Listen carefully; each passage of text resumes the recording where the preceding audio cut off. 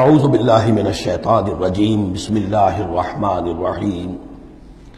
واقسموا باللہ جہد ایمانہم، اور وہ قسمیں کھایا کرتے تھے اپنی امکانی حد تک اللہ کی، یعنی خوب زور دے کر لئن جاءہم نذیر لیکونن اہدی من احدی الامم، اگر ان کے پاس کوئی خبردار کرنے والا آ گیا تو وہ کسی بھی امت سے بڑھ کر ہدایت یافتہ ہو جائیں گے،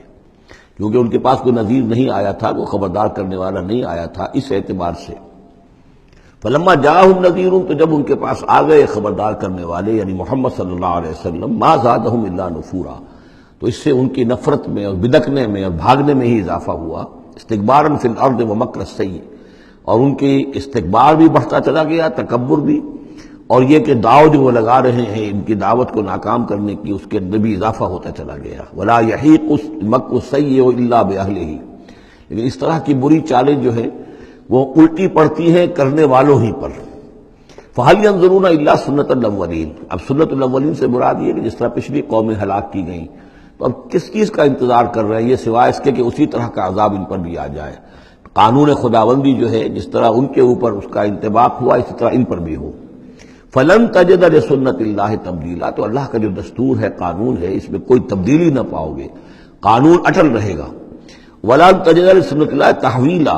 اور اس سنت کو موڑ بھی نہیں سکتے، یعنی یہ کہ سنت اگر وہ جو اللہ کا دستور اور قانون ہے وہ کوئی شخص اگر یا کوئی قوم اس کی زد میں آ رہا ہے تو کسی طریقے سے اس کو موڑا نہیں جا سکتا، اس کے رخ کو پھیرا نہیں جا سکتا۔ تو تحویل اور تبدیل کے ان دو لفظوں میں فرق ہے، اس کو سمجھ لیجیے۔ اولم یسیروا فی الارض فینظروا کیف کان عاقبۃ الذین من قبلہم، تو کیا یہ زمین میں گھومے پھرے نہیں ہیں،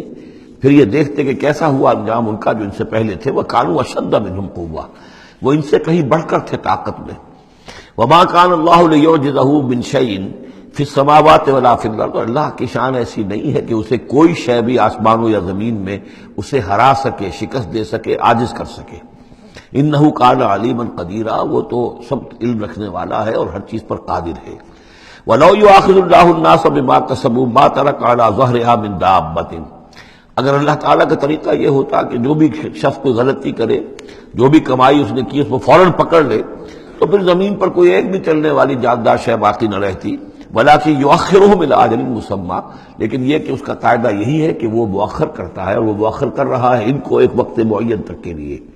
فَإِذَا جَاءَ أَجَلُهُمْ، جب وہ ان کا وقت معین آ جائے گا، فَإِنَّ اللَّهَ كَانَ بِعِبَادِهِ بَصِيرًا، تو پھر یقیناً اللہ جو ہے اپنے بندوں کے حال کو دیکھ رہا ہے، یعنی یہ کہ ان کے جرائم اللہ کی نگاہ سے پوشیدہ نہیں ہیں۔ صدق اللہ العظیم۔